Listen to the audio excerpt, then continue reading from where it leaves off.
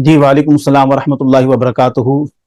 दानियाल बेटा, इसमें कोई दो राय नहीं है कि हर शख्स जो है वो दज्जाल से मुतल्लिक इंफॉर्मेशन हासिल करता है, और ख़ास तौर पर हमारे नौजवान नस्ल में इसका कोई ज़्यादा ही रुझान है, और वो रुझान होना भी चाहिए।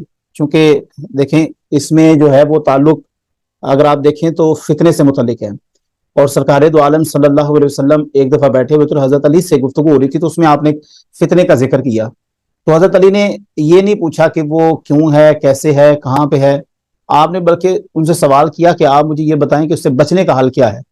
गोया हर शख्स यहाँ पर ये चाहता है कि अगर उसको पता लग गया है कि दज्जाल नामी शख्स कोई आएगा तो उससे हम बचे कैसे। मैं सबसे पहले अर्ज कर दूं कि इसकी ना कुछ अलामात है, खुद सरकार दो आलम सल्लल्लाहु अलैहि वसल्लम ने भी उसको देखा हुआ है। तो ये ना समझे कि अब वो शख्स आएगा। मैं इसमें बहुत क्लियर हूं, जो हदीस मुबारका से पता लगता है और उससे जो मैं एनालिसिस करता हूं वो ये है कि वो एक सिस्टम की सूरत में अब आएगा। वो ये देखें, आप सल्लल्लाहु अलैहि वसल्लम इस्लाम के नुमाइंदा थे। आप सल्लल्लाहु अलैहि वसल्लम इस दुनिया से चले गए हैं, लेकिन वो सिस्टम अभी तक चल रहा है, वो निजाम अभी तक चल रहा है। ऐसे ही होगा कि दज्जाल आया था और वो एक सिस्टम को क्रिएट करके, सिस्टम को स्टैब्लिश करके वो चला गया। अब वो सारा सिस्टम वर्किंग में है।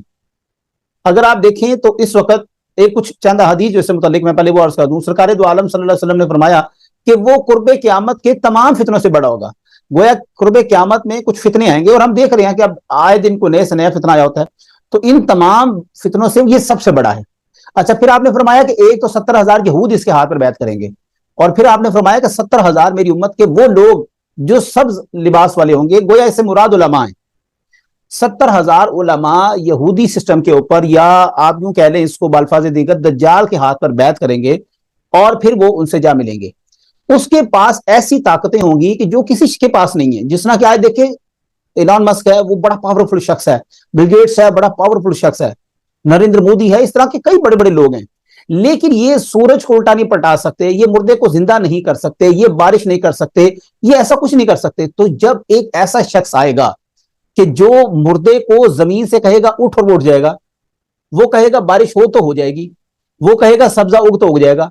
जब आप ऐसी पावर वाला शख्स देखेंगे तो इसमें कोई दो राय नहीं है कि आप उसके पास बैत करने को फौरन चल दौड़ेंगे। ये हमारे यहाँ ये आजकल के हालात ये हैं कि कोई किसी को दम कर दे और उसको शफा हो जाए तो वो जनाब अपना दरबार बना के बैठ जाते हैं। ये हमारे यहाँ मुसलमानों के यहाँ ये हाल है। तो आप सोचें, जो ऐसा शख्स जो लाइव आपको मुर्दा जिंदा करके दिखा देगा, जिसके पास इतनी पावर्स होंगी, तो आप बैत क्यों नहीं करेंगे? नंबर एक बात। दूसरा, जो यहूदियों का इसके साथ लिंक है वो इतना स्ट्रांग है कि आप उसको समझ ही नहीं सकते। देखिए, यहूदियों के यहाँ एक बड़ी, एक पूरी मिथ पाई जाती है, एक पूरी एक फिलॉसफी पाई जाती है, एक फिक्र पाई जाती है।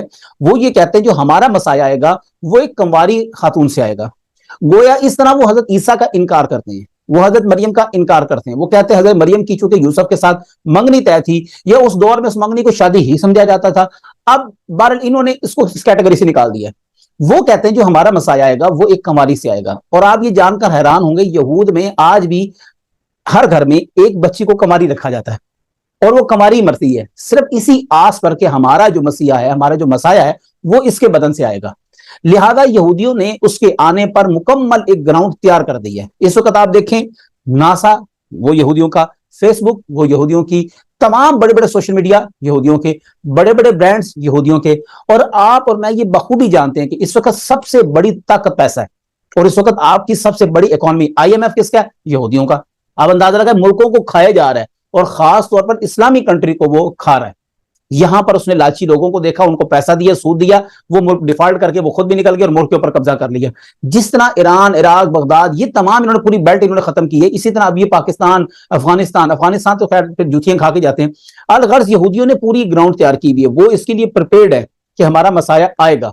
और अगर आपने पिछले दिनों रिबी का बयान सुना हो, वो कहते हैं आप कह रहे हैं हमारा मसाया आएगा, तो सर हमारा मसाया आ चुका है, हम उसकी खिदमत में लगे हुए हैं। अब आप देखें, एक हदीस में आता है कि वो 40 घंटों के अंदर या 40 दिन के अंदर पूरी जमीन का वो चक्कर काट लेगा। अब इन्होंने जो UFO बनाया वो इतना स्पीड में, उसने ना वो 40 दिन में चक्कर काट ली पूरी दुनिया का। लिहाजा मालूम होता है, जिसने एक हदीस है कि जो दज्जाल है वो चूंकि उसको अंदर तो जाने की इजाजत नहीं होगी मक्का के, लिहाजा वो ऊपर से खड़ा होकर देखेगा। अब आप ये देखें, मक्का के पास वो मक्का टावर बनाने का क्या तुक बनता है, उसका उसकी कोई लॉजिक ही नहीं है इस्लामी, लेकिन वो क्यों बनाया गया? کیونکہ حدیث میں آیا کہ وہ اس کا اوپر سے محاسبہ کرے گا، لہٰذا وہ ٹاور وہاں پہ بننا تھا، وہ بنا، وہ وہاں سے اوپر کھڑا ہو کر دیکھے پوری مسجد جو ہے وہ حرام وہ نظر آتی وہاں پر، پورا احاطہ ہوتا بیت اللہ کا وہاں پر۔ لہذا سامعین محترم، یہودی آج بھی اس پہ کام کر رہے ہیں، پورا سسٹم تیار ہو چکا ہے۔ آپ اور میں چاہے جتنے بڑے مرضی مسلمان ہو جائیں یا جتنے بڑے مرضی انکار کرنے والے ہو جائیں ٹیکنالوجی کا، اس وقت پوری دنیا کے اوپر یہودیوں کا ہولڈ ہے۔ ورلڈ آرڈر ایلومینٹی جو ہے وہ بالکل پاور میں ہے اس ٹائم، اور وہ تمام کے تمام وہ لوگ آپ کے خرید کے بیٹھے ہوئے ہیں جن کے بارے میں ہم سوچ بھی نہیں سکتے کہ یار یہ لوگ ایسے ہو سکتے ہیں۔ لہٰذا ہم صرف یہاں پر اللہ تبارک تعالیٰ سے دعا کر سکتے ہیں کہ اللہ تبارک تعالیٰ ہمیں اس دجال نامی فتنے سے بچائے رکھے۔ اگر آپ نماز کے آخر میں دعا دیکھیں تو وہاں پر اللہم انی اعوذ بک من عذاب القبر واعوذ بک من عذاب المسیح الدجال، کہ اے میرے اللہ مجھے عذاب کے قبر سے معاف فرما، اور مجھے مسیح دجال جو لوگوں کا مسایہ بن کے آئے گا لیکن وہ ہوگا نہیں، وہ اصل میں ایکچولی دجال ہوگا، یا اللہ اس کے فتنے سے بھی مجھے محفوظ رکھ۔ اللہ تبارک تعالیٰ تمام لوگوں کی، تمام عالم اسلام میں بسنے والے ہر مسلمان کے ایمان کی حفاظت فرمائے۔ اپنی دعا میں یاد رکھیے گا۔ اللہ حافظ۔